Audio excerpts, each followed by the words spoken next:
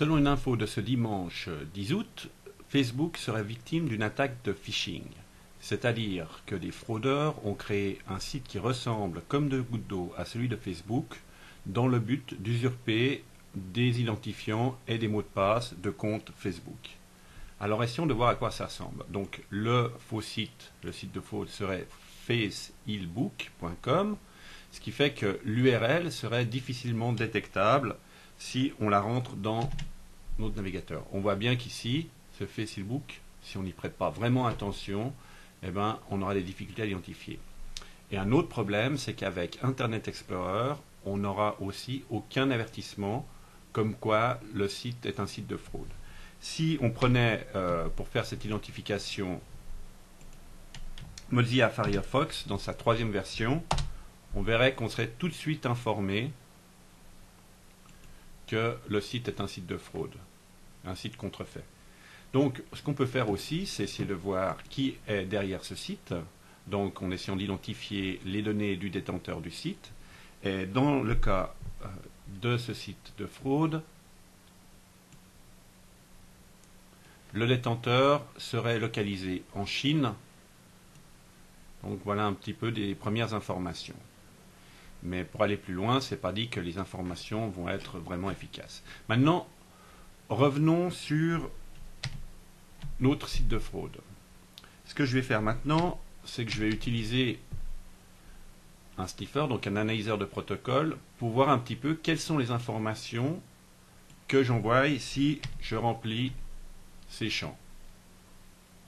Alors, je mets un email, coucou @facehealbook, et puis je peux mettre un mot de passe quelconque. Allez, c'est pas gentil. Et je fais mon login. Donc, on voit maintenant, j'ai fait mon login et ça me redirige sur le site de Facebook original. Maintenant, allons voir ce qui a été capturé.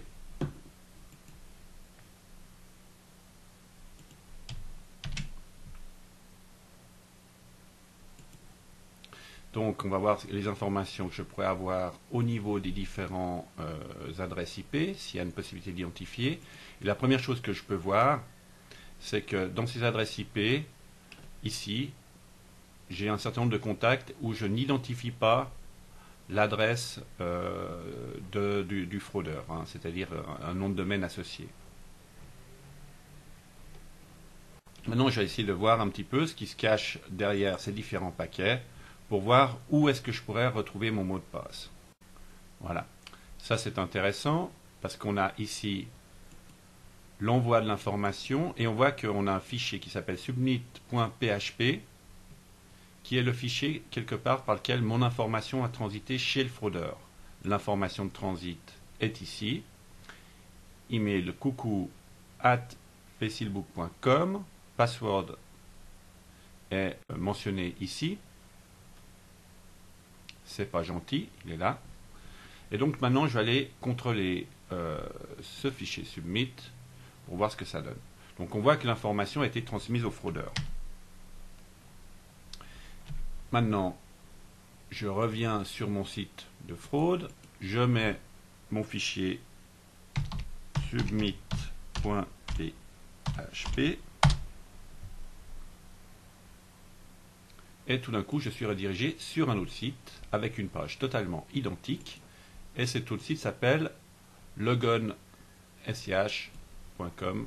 Donc je vais prendre cette adresse et je vais aller sur mon navigateur préféré, Mozilla Firefox, pour voir un petit peu ce qu'il y a dans le ventre de ce site, façon de parler. Donc on voit aussi que tout de suite Firefox détecte que c'est un site de fraude et que maintenant, si je fais une autre identification, pour savoir qui est le détenteur de ce logon scishash.com, eh ben, je vois aussi qu'il est situé en Chine et qu'il y a un certain nombre de sites qui sont en relation. Donc on n'a pas de détenteur à proprement parler ici, mais on peut trouver sur le serveur un certain nombre de sites qui sont en relation avec ce site-là. Donc on le voit ici, logon scishash.com.